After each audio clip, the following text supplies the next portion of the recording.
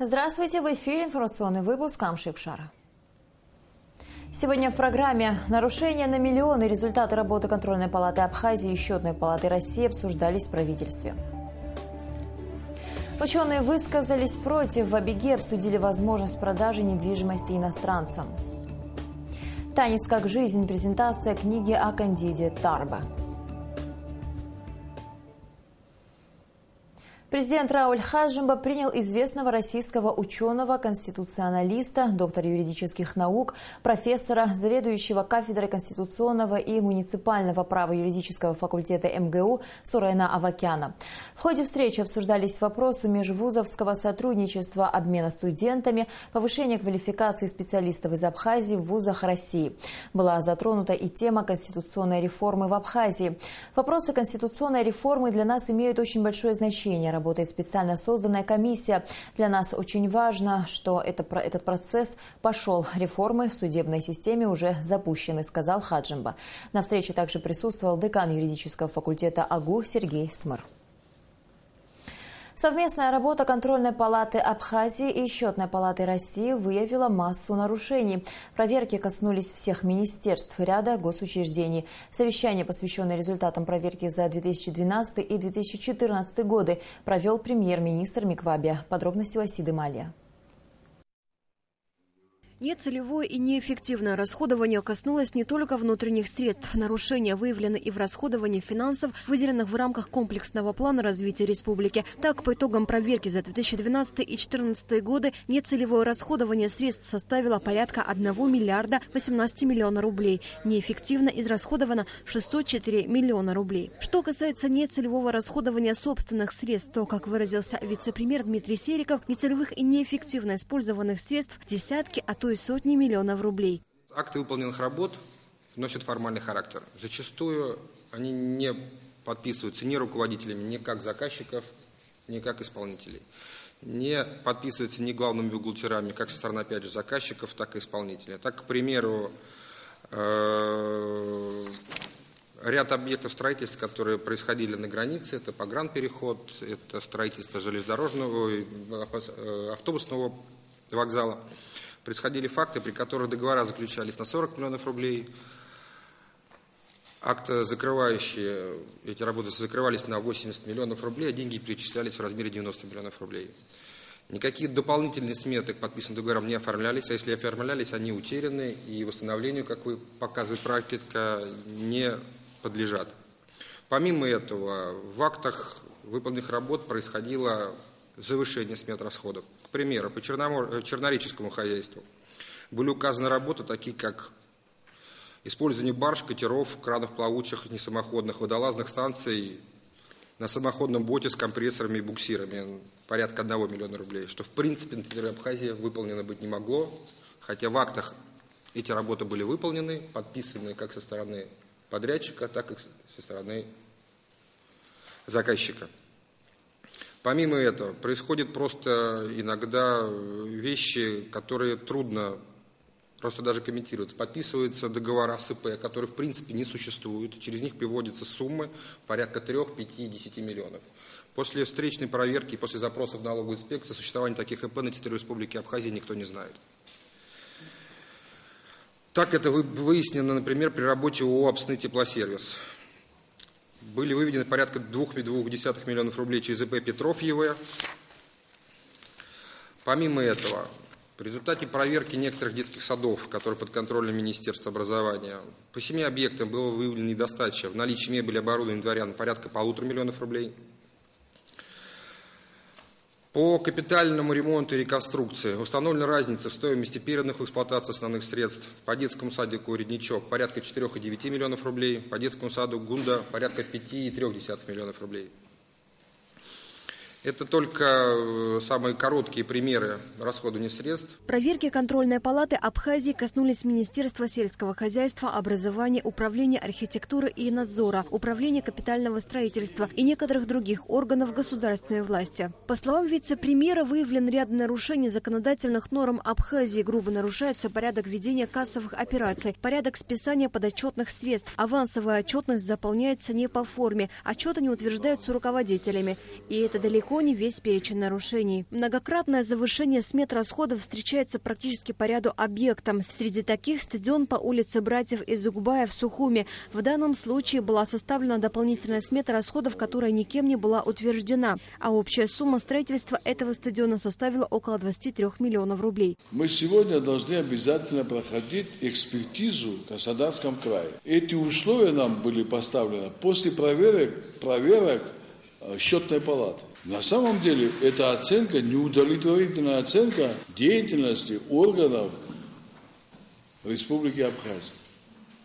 Это деньги вообще, то, что нам выделяют, российских налогоплательщиков.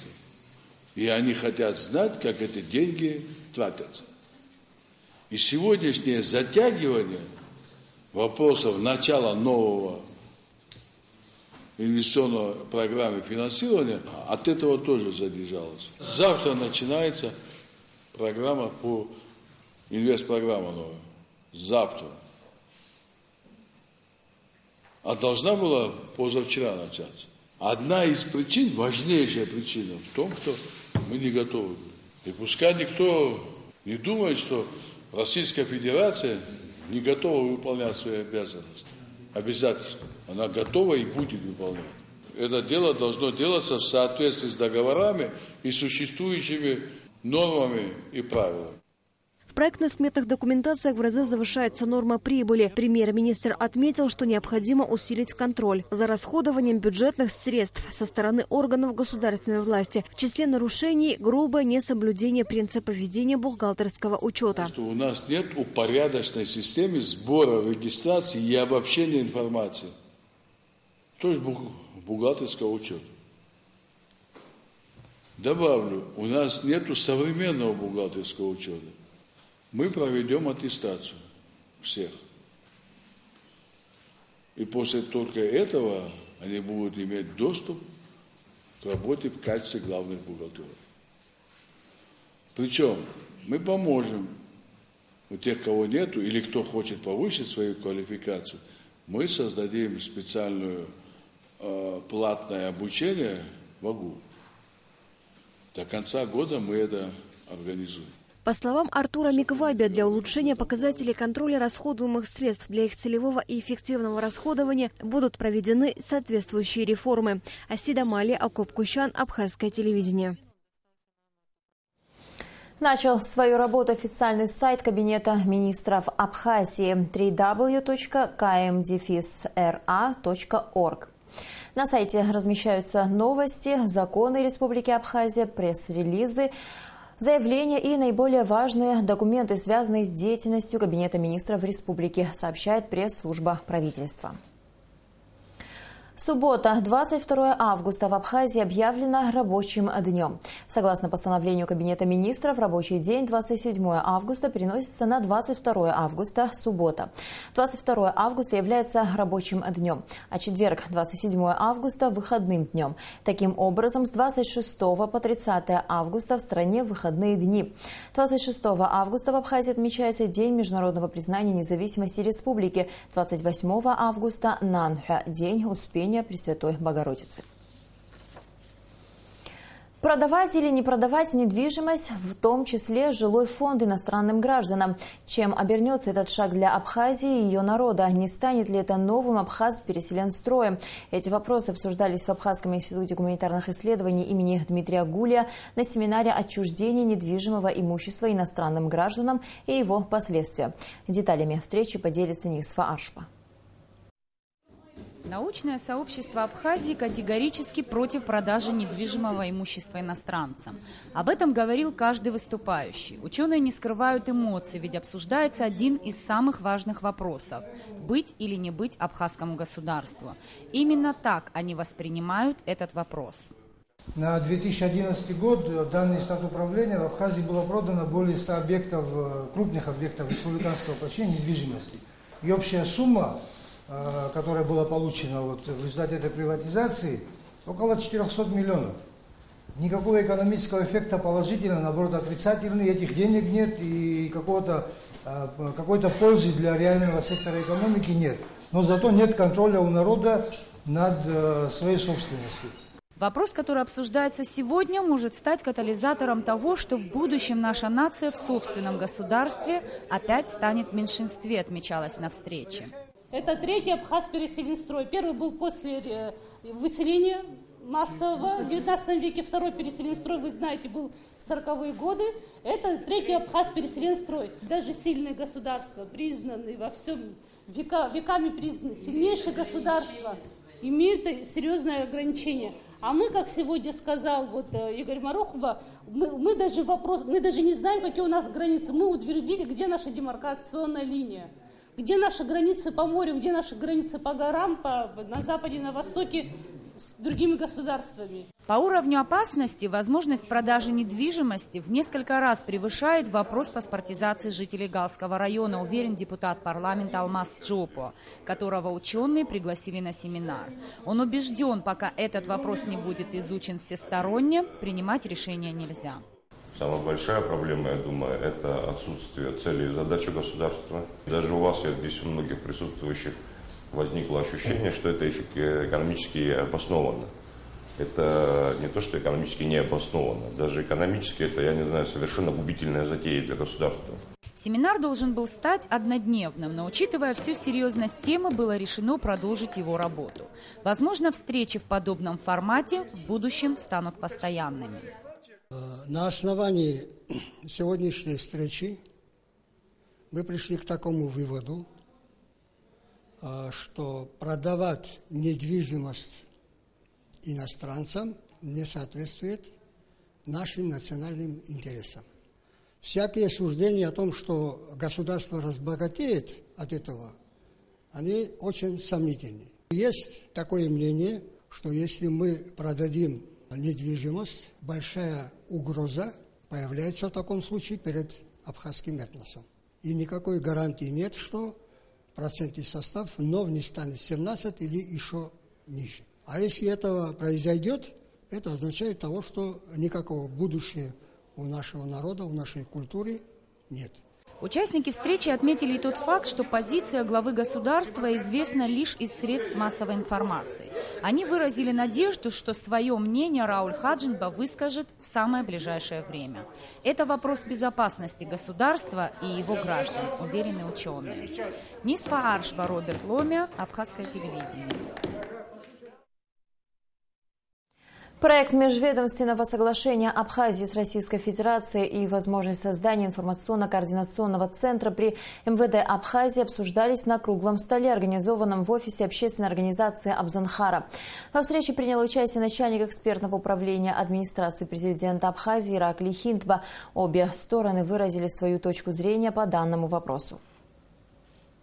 Мне кажется, самое главное, что функции информационно-координационного центра в концепции абхазской стороны не связаны с ведением оперативно-розыскной деятельности, не связаны с тем, что могло бы каким-либо образом нарушить суверенитет Абхазии и там то, что связано с юрисдикцией и так далее и тому подобное. Эти функции, которые предусмотрены проектом соглашения, имеют отношение к обмену информацией, там, экспертиза, новые технологии правоохранительной деятельности. Вот то, что, в принципе, то, о чем написано в соответствующей статье договора, и то, что, мне кажется, было бы очень полезным для повышения эффективности правоохранительной деятельности на территории Абхазии. А мы видим, что есть необходимость повышать качество этой работы. Если полномочия информационного центра ограничатся вот такими задачами, то это будет полезно для нас, я так считаю. Что касается мысли о том, чтобы информационно-координационный центр наделить правом ведения оперативно-розыскной деятельности на территории Абхазии, правом проведения следственных действий, а в одном из вариантов было написано о том, что у них еще должен быть свой собственный следственный изолятор и взвод охраны и так далее, то это не решит проблему борьбы с преступностью. Это вызовет новые проблемы. Мы таким образом искомой цели не достигнем. На самом деле не нужно создавать условия, при которых сотрудник информационного центра, который этнически не является абхазом, работает здесь. Это всегда вызовет негативную реакцию. Этого делать нельзя. Поэтому я повторяюсь, может быть, если задачи будут ограничены теми, которые уже в статье 10 изложены, это будет полезно. Обмен он нужен, координация нужна, взаимодействие в этом плане нужно. Делегация МИД Абхазии во главе с министром Вячеславом Чирикбо побывала с официальным визитом в Республике Южная Осетия. Дипломатов из нашей страны принял президент Леонид Тибилов. Представители МИД Абхазии также участвовали в открытии посольства нашей страны в Цхинвале. Подробнее об этом и других встречах, организованных в ходе поездки делегации, репортаж наших корреспондентов. 16 августа делегация Министерства иностранных дел Абхазии во главе с Вячеславом Чирикбо прибыла с официальным визитом в Южную Осетию. Одной из первых была встреча с послом Республики Абхазия в Южной Осетии Аланом Илбакиевым. Затем состоялась встреча министров иностранных дел Абхазии и Южной Осетии. Вячеслав Чирикбо и Казбулат Сховрепов обменялись мнениями о текущем состоянии дел в области двусторонних отношений. По завершении встречи министрами был подписан план консультаций между внешнеполитическими ведомствами на следующий год. Вопросы межпарламентского сотрудничества дипломаты из Абхазии обсудили с председателем парламента Южной Осетии Анатолием Бибиловым. Далее абхазскую делегацию принял президент Республики Южная Осетия Леонид Тибилов. Он отметил нацеленность данной встречи на укрепление взаимоотношений между нашими государствами. Вячеслав Чирикбо также выразил уверенность в дальнейшем поступательном развитии и всестороннем укреплении взаимоотношений между нашими государствами. Действительно, очень много общего и в истории, и в современности, и в будущем тоже. Мы будем вместе всегда, будем дружить, будем общаться, будем развиваться во всех направлениях вместе. Так что я думаю, что согласен с вами, что у нас впереди хорошее будущее. Нашу встречу сегодняшнюю я расцениваю как надежду на дальнейшее сближение наших народов. И так мы исторически всегда были близки друг к другу. Там, где мы встречали представителей абхазского народа, наверное, и вы встречали представителей осетинского народа, всегда говорили о том, что мы одной крови. Мы придерживаемся этого принципа и дальше будем двигаться в этом направлении. По завершении встречи министры иностранных дел подписали соглашение между правительствами Абхазии и Южной Осетии о взаимных безвизовых поездках граждан двух стран. Затем наша делегация приняла участие в торжественной церемонии открытия посольства Абхазии в Южной Осетии.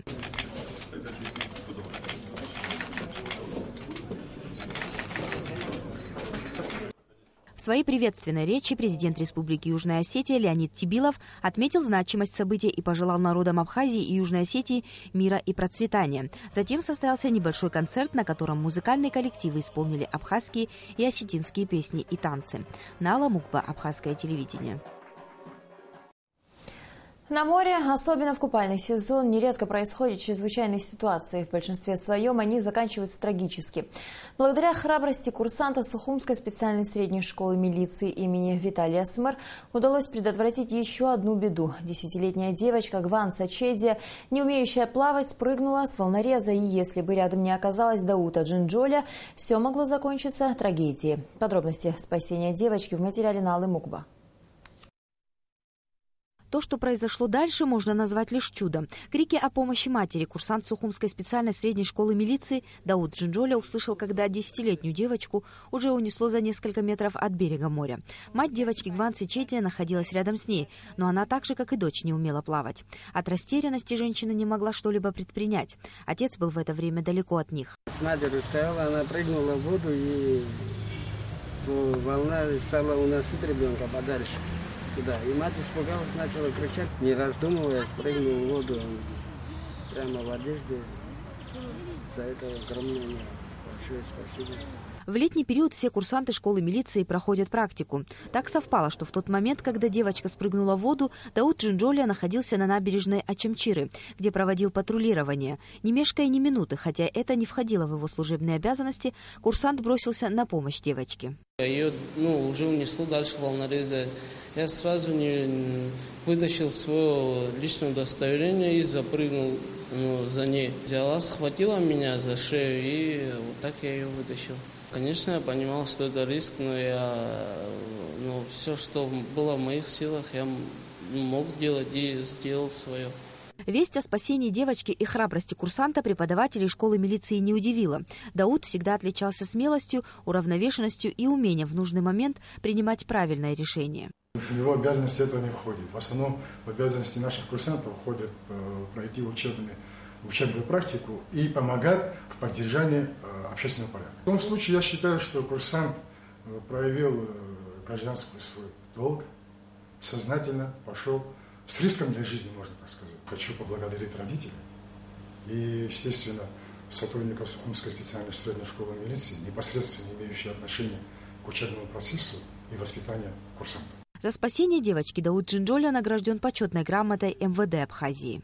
За своевременное принятие мер и проявленную смелость при спасении жизни человека награждается почетной грамотой МВД Республики Абхазия согласно приказа номер 209 от 12 августа 2015 года. Министр внутренних дел Республики Абхазии Харба Ислам Бадрович. Поздравляю. Служу Республике Абхазия. Теперь семьи Джинджоля и Чедия связывает не просто знакомство. Дауд – самый желанный гость в доме спасенной им девочки. Скоро Гванца отметит свой день рождения, и Дауд в числе главных гостей. Я приглашаю Дауда на день рождения. Как говорят родители Гванцы, Дауду они обязаны всю жизнь, ведь он спас их единственного ребенка. А сотрудники школы милиции предрекают курсанту большое будущее. В первую очередь, как человеку отзывчивому, храброму и как будущему сотруднику правоохранительных органов. Нала Мукбасайдайба, Беслан Джинджоля, Абхазское телевидение. В Министерстве культуры презентовали книгу журналиста Заира Цвижба. Более 250 страниц изданию посвящены художественному руководителю ансамбля танца «Кавказ» Кандиду Тарба, кавалеру ордена Ахтапша второй степени. «Танец как жизнь» – это история семьи Тарба, мастера зажигательного танца, Кандида и его вечной любви искусства. Репортаж Нисфы Аршба. О том, что журналист Заира Цвижба работает над книгой о великом танцоре Кандиде Тарба, знали немногие. Тем приятнее стал сюрприз для всех почитателей таланта народного артиста. Долго я не могла приступить к этому материалу. Писала много, и много я с ними тоже ездила. Потом ходила на репетиции, какие-то записки делала, как бы дневниковые такие вот наброски. Все это мне потом, конечно, пригодилось. Я потом писала очень быстро, в течение 4 месяцев. В этом году народному артисту СССР, Абхазии и Южной Осетии, кавалеру ордена Дружбы народов, создателю и бессменному руководителю ансамбля «Кавказ» Кандиду Тарба исполнилось 70 лет. У его любимого детища тоже круглая дата, только меньше – 20 лет. К этим важным датам и приурочен выход в свет книги «Танец как жизнь». Работа над ней была несложная, признается автор, журналист Заира Цвижба. Кандид Тарасович Тарба, его брат и другой брат Арвелод, Ильянор у них был бедный, погиб. И сам Кавказ, ансамбль, это, конечно, большое явление в нашей культуре. И вот к 70-летию руководителей, создателей и самого коллектива, к 20-летию коллектива, вот это как-то вышла книга. Сам юбиляр, конечно же, больше говорил о своем детище, ансамбле «Кавказ». Коллектив за свои 2 десятка собрал всевозможные призы и кубки. Не раз «Кавказ» признавался лучшим среди самых сильных танцевальных коллективов планеты. Лучшие танцоры на Кавказе, которые были собраны здесь, около 25 человек. Вот так вот, 8 августа 1994 года первая репетиция была ансамбля, и 30 сентября на первой годовщины победы нашей страны ансамбль выступил с одним большим номером. Этот танец назывался «Попури» танцев народов Кавказа с участием абхазских элементов, и мы захватили ряд республик Северного Кавказа. Около 7 минут этот танец длился. И для зрителя это было на самом деле новшеством. С того времени мы начали работать, и Заира с первых же дней, вот с открытия первой репетиции, она все время следила за ансамблем, и она записывала все, что происходит, значит, с этим ансамблем. Эта книга в первую очередь исторический источник, и не только потому, что она первая повествует о Кандиде Тарбе, ансамбле «Кавказ», отметила министр культуры Эльвира Арсаби, и выразила надежду, что изданий, повествующих о творческих коллективах и ансамблях Абхазии, с каждым годом будет больше. Очень часто, делая фильм, собирая какой-то материал, важно иметь такие ссылки, где есть очень интересные факты. В этой книге факты, которые для зрителя всегда остаются за кадром. Она очень ценна тем, что здесь не только богатая история вашего коллектива, хотя для коллектива 20 лет это и много, и в то же время веха для становления такая очень важная. Все участники презентации получили по томику книги «Танец как жизнь» с автографом героя. Нисфа Аршба, Саид Агухава, Абхазское телевидение. В субботу, 22 августа, на смотровой площадке озера Рица состоится персональная выставка работ Виссариона Цвижба «Млечный путь». Выставка посвящена памяти добровольцев Отечественной войны народа Абхазии и Дню международного признания независимости Абхазии. Министр юстиции Абхазии Марина Пиля примет участие в программе «Вопрос министру». В прямом эфире министр ответит на ваши вопросы, уважаемые телезрители. Вы можете отправить свой вопрос на электронную почту вопросministру.gmail.com. Итак, в эту пятницу гость студии министр юстиции Абхазии Марина Пиля. Пишите и записывайте интересующие вас вопросы. Сейчас сообщение Нацбанка о курсах иностранных валют. Доллар США 65 рублей 72 копейки, евро 72 рубля 71 копейка. И в завершении выпуска о погоде.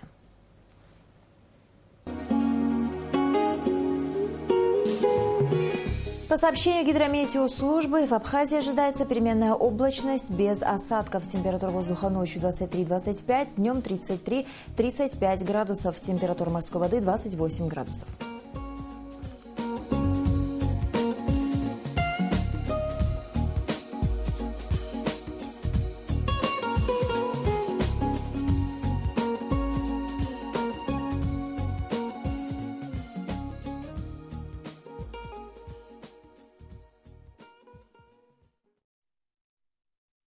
На этом наш выпуск завершен. До скорых встреч в эфире.